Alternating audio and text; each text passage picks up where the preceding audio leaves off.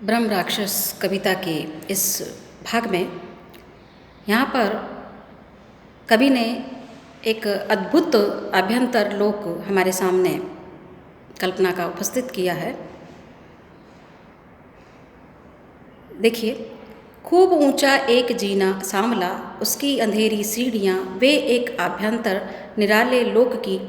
एक चढ़ना ओ उतरना, पुनः चढ़ना ओ लुढ़कना, मोच पैरों में व छाती पर अनेकों घाव, बुरे अच्छे बीच के संघर्ष से भी उग्रतर, अच्छे व उससे अधिक अच्छे बीच का संघर्ष, गहन किंचित सफलता, अति भव्य असफलता, अतिरेकवादी पूर्णता की ये व्यथाएँ बहुत प्यारी हैं। ज्यामितीय संगति गणित की दृष्टि से कृत भव्य नैतिक मान, आत्मचेतन सूक्ष्म नैतिक भान, अतिरेकवादी पूर्णता की तुष्टि करना कब रहा आसान, मानवीय कथाएँ बहुत प्यारी है। देखिए कि जो ब्रह्म राक्षस है वह अपने जीवन में ज्ञान की अनेक सीढ़ियों से जो चढ़ा है, उतरा है और उसमें वो अनेक बार गिरा है और इससे वो लहूलुहान हुआ है। कहने का तात्पर्य है कि उसकी जो ज्ञान था, उसके मन की जो पीड़ा यही है कि उसके ज्ञान को किसी ने समझा नहीं, सुना नहीं, अनुभूत नहीं किया। वो अपनी आत्मचेतना का विस्तार करना चाहता है, वो अपने भीतर जो कुछ भी अनुभूतियाँ हैं उनको विस्तार देना चाहता है, सबके साथ बांटना चाहता था, लेकिन उसे किसी ने समझा नहीं और यही अंतर्द्वंद, यही संघर्ष, यही विडंबना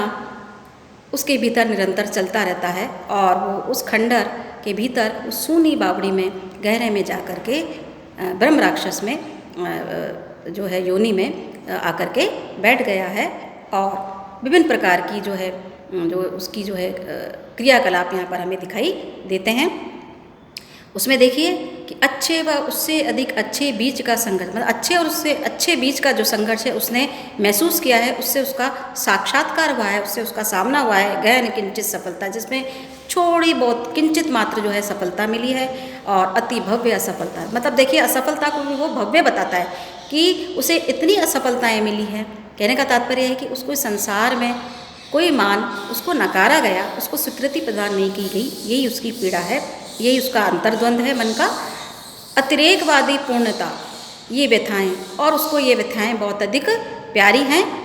ज्यामितीय संगति गणित की दृष्टि से कृत भव्य नैतिक मान और आत्मचेतन सूक्ष्म नैतिक भान, अतिरेकवादी। अब देखिए किस युग में जो नैतिकता है वो तो गणित की तरह शुद्ध है, पर उसकी पूर्णता को कौन पा सका है,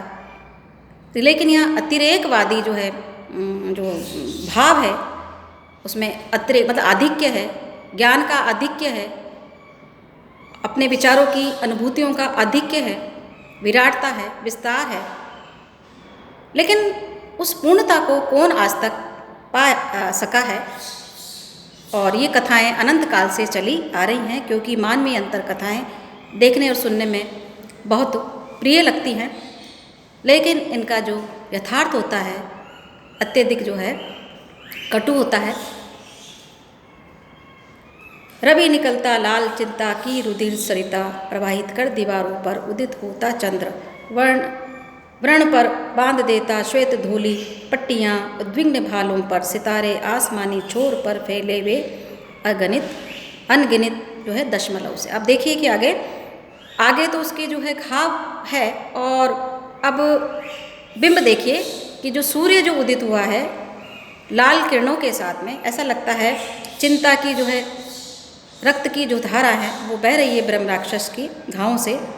और प्रवाहित कर दीवारों पर उदित। अब उन दीवारों पर जो है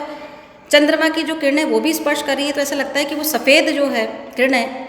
वो उसके जो घाव पर जो है अपनी धोली पट्टियाँ, मतलब सफ़ेद पट्टियाँ जो बांध रही हैं, उसको सांत्वना प्रदान कर रही है। वो चांदनी की जो किरणें उसका स्पर्श कर रही हैं।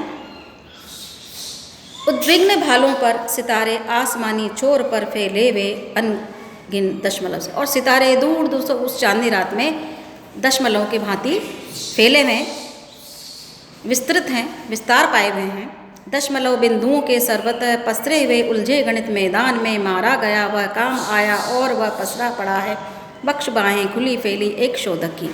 अब देखिए एक शोधक का अंत किस प्रकार से, ज्ञानी का अंत किस प्रकार से हुआ कि आकाश में मानो जो है गणित का जो अनगिनत उलझे हुए सूत्र पसरे पड़े हैं, फैले पड़े हुए हैं, उसका मैदान है वो। गणित का उलझा हुआ एक मैदान है और उसमें वैचारिक संघर्ष, विरोधाभास की लड़ाई में हार कर वह असमय जो ब्रह्म राक्षस जो है मर जाता है, मृत्यु को प्राप्त होता है और उसकी जो वक्ष बाएँ खुली हुई फैली हुई हैं एक शोधक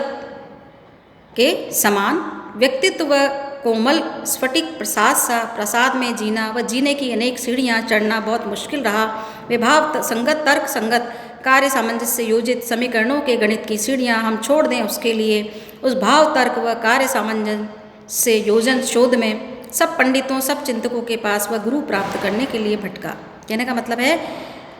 उसका जो व्यक्तित्व है अत्यंत विराट है, विस्तार लिए हुए है और उसके व्यक्तित्व के भीतर, उसके अंतर्मन के भीतर एक संघर्ष, एक अंतर संघर्ष, अंतर्द्वंद चलता रहा है और उसी से उसकी अकाल मृत्यु हुई है ब्रह्म राक्षस की। उसके व्यक्तित्व जो है उच्च प्रसाद, उसका व्यक्तित्व जो है अत्यंत विराट है और उसकी जो मृत्यु असमय हुई है, इसलिए वो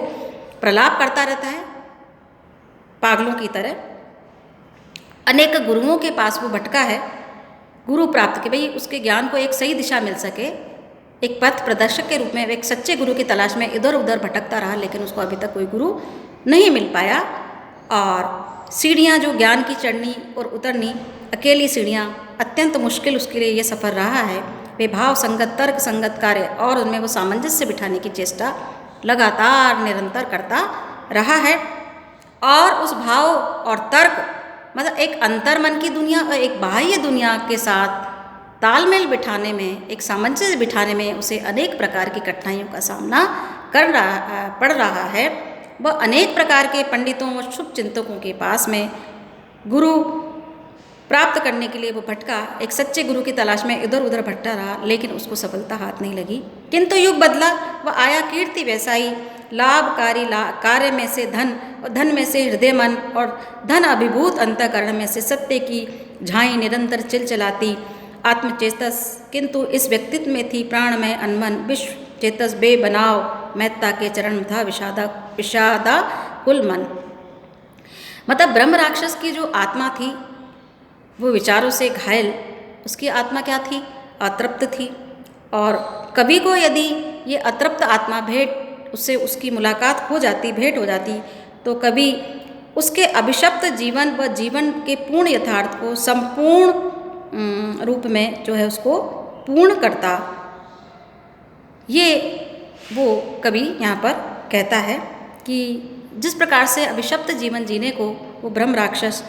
जो है मजबूर है, तो यदि वो होता तो क्या करता? अभिशप्त जीवन व उसके जीवन के यथार्थ को संपूर्ण दुनिया को बताता, संपूर्ण दुनिया में उसके ज्ञान का जो है प्रचार प्रसार करता, उसकी अनुभूतियों को समझते, उसकी जो ज्ञान की जो अनंत जो गहरी जो खाई है, अनंत गहरी जो उसकी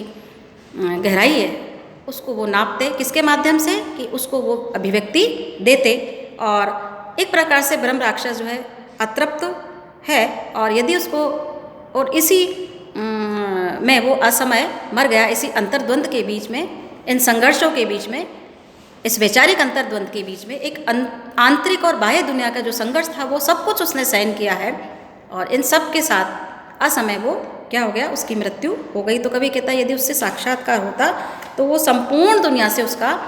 साक्षात्कार करवाते, उससे उसका परिचय करवाते, जिससे कि उसकी आत्मा को मुक्ति मिल सके। मेरा उसी दिन से उन दिनों होता मिलन यदि, तो व्यथा उसकी स्वयं जी कर बताता मैं उसे, उसका स्वयं का मूल्य, उसकी महत्ता, वह उस महत्ता का हम शरीकों के लिए उपयोग, उस आंतरिकता का बताता मैं महत्व। और पिस गया वह भीतरी और बाहरी दो कठिन पाटों के बीच, ऐसी ट्रेजेडी है नहीं। मैं यहाँ पर आंतरिक और बाह्य जो द्वंद्व है विचारों का, उसके बीच संघर्ष है और ये इन विचारों और आंतरिक जो दुनिया है और बाह्य जो दुनिया, दोनों के बीच में वो पिसा हुआ है। ये उसकी ट्रेजेडी है, ये उसका दुख और पीड़ा, त्रासदी का प्रमुख कारण है ब्रह्म राक्षस की।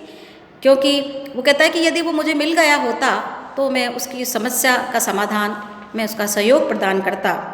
और उसके जीवन का परिचय इस यथार्थ से, जीवन के कटु यथार्थ से उसका परिचय मैं कराता। बावड़ी में वह स्वयं पागल प्रतीकों में निरंतर कह रहा, वह कोठरी में किस तरह अपना गणित करता रहा, ओ मर गया वह सघन झाड़ी के कटेले तम विभव में। मतलब गहरे जो है अंधकार युक्त वो गड्ढे में, उसमें गिर करके वो मर गया है। बावड़ी में स्वयं वो पागलों के समान प्रलाप कर रहा है, कोठरी में किस तरह अपने जो गणित के जो सूत्र है उनको सुलझा रहा है, उलझनों की तरह उनको सुलझा रहा है, विभिन्न प्रकार के गणितीय जो सूत्र हैं,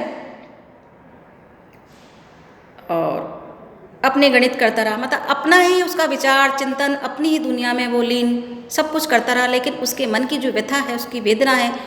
उसका संघर्ष है, उसका अंतर्द्वंद है, उसको कोई समझ नहीं पाया। और मर गया वह सघन झाड़ी के कटीले तम विभर में मरे पक्षी सा विदाई। और इस संसार से वो एक मरे पक्षी के समान इस संसार से विदा हो गया, और उसका जो ये आंतरिक और वो जो बाह्य संघर्ष लगातार चलता रहा। आभ्यंतर जो लोक की जहाँ कल्पना कवि ने प्रस्तुत की है, उसी लोक में विचरण करता हुआ, असफलता की सीढ़ियाँ पर चढ़ता हुआ, और सफलता की कामना से वो जो है करता हुआ अंत में वो मर गया, एक मरे पक्षी के समान उसका अंत हो गया। वह ज्योति अनजानी सदा सी सो गई, क्यों हुआ मैं ब्रह्म राक्षस का सजल और शिष्य होना चाहता, कि जिससे कि उसका वह अधूरा कार्य, उसकी वेदना स्रोत संगत पूर्ण निष्कर्ष तलक। अब वो कभी कहता है कि मैं ब्रह्म राक्षस का सजल और शिष्य होना चाहता हूँ, जिससे कि मैं समझ सकूँ उसके मन की पीड़ा, उसकी वेदनाएं, उसकी चिंताएं, उसका आभ्यंतर लोक, उसका बाह्य लोक, और उसकी एक विशिष्ट दुनिया जिसको कवि ने एक फैंटेसी के माध्यम से हमारे समक्ष प्रस्तुत किया है, बुना है जटिल बिंबों के सहारे। और कहता है कि मैं उसका सजल और शिष्य बनना चाहता हूँ, जिससे कि वह अधूरा कार्य जो ब्रह्म राक्षस छोड़ गया है, उस वेदना के उस स्रोत, उन पूर्ण निष्कर्षों तक वो पहुँचना चाहता है कवि, जिससे कि कवि मुक्तिबोध घोषणा करते हैं कि मैं उसका जो है क्या बनना चाहता हूँ, सजल और शिष्य उस ब्रह्म राक्षस का बनना चाहता हूँ, जिससे कि उसके भीतर की दुनिया को समझ सकें, उसके भीतर जो गुत्थियाँ हैं, उसके भीतर का जो उलझा हुआ गणित का मैदान है, उसके भीतर का जो वैचारिक संघर्ष है, उसके भीतर का जो असमंजस है, वो दूर हो सके, और उसका व्यक्तित्व जो है विस्तार पा सके, और उस व्यक्तित्व के जो अंतर्मन का जो अंतर्द्वंद है, उसकी वजह से उसकी जो अकाल मृत्यु हुई है, इसलिए वो उसको एक संवेदना उसके प्रति जागृत होती है, सहानुभूति जागृत होती है, और निरंतर जो एक प्रकार का मंथन चिंतन, वैचारिक संघर्ष, गणितों के जो सूत्र प्रमेय और सिद्धांत, विचारधाराएं, दर्शन, सब कुछ उसके भीतर समाया हुआ है ब्रह्म राक्षस के। लेकिन उसको सुनने वाला, समझने वाला, उसको ज्ञान को बांटने वाला कोई उसे नहीं मिला, इसलिए वह अत्यंत दुखी और पीड़ित है। इसलिए वह एक प्रकार से पागलों का जो प्रकार है, प्रलाप उसको दिखाई देता है। ज्ञान की जो ध्वनियाँ वो सुन रहा है, वो उसे पागलों का प्रलाप दिखाई देता है। इस प्रकार से कवि मुक्तिबोध की ये विशिष्ट कविता है, जो फैंटेसी के सहारे आगे कथा को विस्तार देती है, और उस कथा को बुना गया है, जिसके अंदर ब्रह्म राक्षस जो एक बुद्धिजीवी का प्रतीक है, और वो अपने ढंग से इस संसार की व्याख्या करता है, लेकिन उसका व्यवहारिक ज्ञान इतना नहीं है। इसलिए वो कभी कहता है कि उसको व्यवहारिक ज्ञान की भी ज़रूरत है, जिससे कि उसकी जो समस्याएं उत्पन्न हुई है उसका समाधान हो सके। और कभी इस कविता में उस बुद्धिजीवी, उस ब्रह्म राक्षस जो बुद्धिजीवी का प्रतीक है, उसके व्यवहारिक होने की कामना यहाँ पर करता है। और इस प्रकार से कवि हमारे समक्ष एक ये महत्वपूर्ण कविता ब्रह्म राक्षस प्रस्तुत करता है, और ये एक प्रकार की विशिष्ट कविता है।